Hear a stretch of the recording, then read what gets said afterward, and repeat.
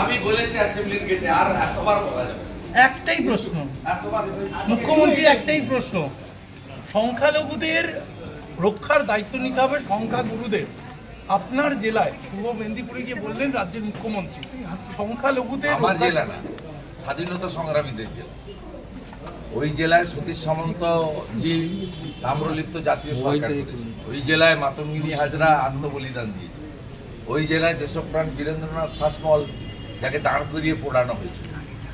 লবণ সত্যাগ্রহের জায়গা, তাম্রলিপ্তের জায়গা, মা বর্গভীমার মাটি, মা নাচিন্দার মন্দির, অপরূপ হলদিয়া বন্দর, সাথে অপরূপ দীঘার সমুদ্র সৈকত।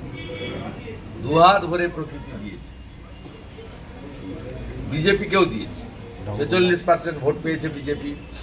16টার মধ্যে 15টা বিধানসভায় লিড আছে। 2200 পঞ্চায়েত বিজেপি জিতেছে, 2টো লোকসভা জিতেছে। পিসি অনেক চেষ্টা করেছেন অধিকারী মুক্ত করতে, জনগণ ওখানে পিসি মুক্ত করেছে। সংখ্যালঘুদের বাঁচানোর দায়িত্ব নিতে হবে সংখ্যাগুরুদের। এই যে বার্তা, একদিকে বাংলাদেশ চলছে, আবার ভারতে দাঁড়িয়ে যে মুখ্যমন্ত্রী ফালাকাটার দুর্গা মণ্ডপ, গার্ডেন রিচের দুর্গা মণ্ডপ, শ্যামপুরে দুর্গা মায়ের মূর্তি, রাজাবাজারে কালী মাতার মূর্তি, বজবজরে লক্ষ্মী মাতার মূর্তি, বেলডাঙ্গাতে মন্দির এবং কার্তিক ঠাকুরের মূর্তি প্রোটেকশন দিতে পারেন না, তার মুখে এসব কথা মানায় না।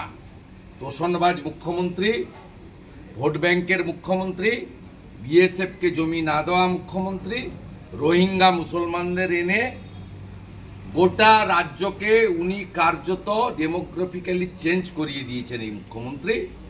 কলকাতা ইসলামাবাদ শহর হওয়ার দিকে এগিয়ে চলেছে।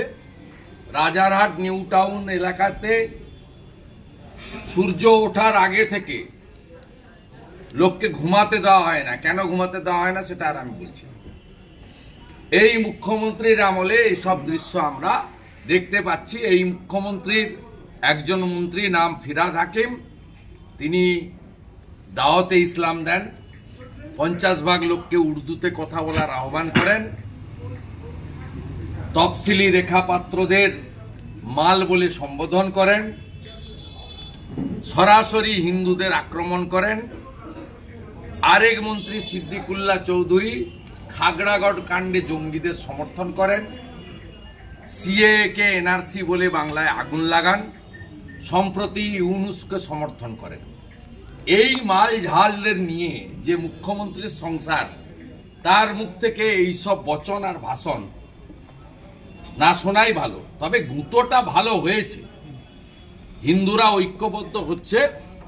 এই জন্য কখনো শান্তি বাহিনীর কথা, কখনো ললিপপ খাবনার কথা, কখনো সর্বানন্দ অবধূতকে ডেকে নিয়ে গিয়ে ছবি তোলা, কখনো রাধারমন দাসকে দীঘাতে নিয়ে গিয়ে ফটো সেশন। কি সাহস!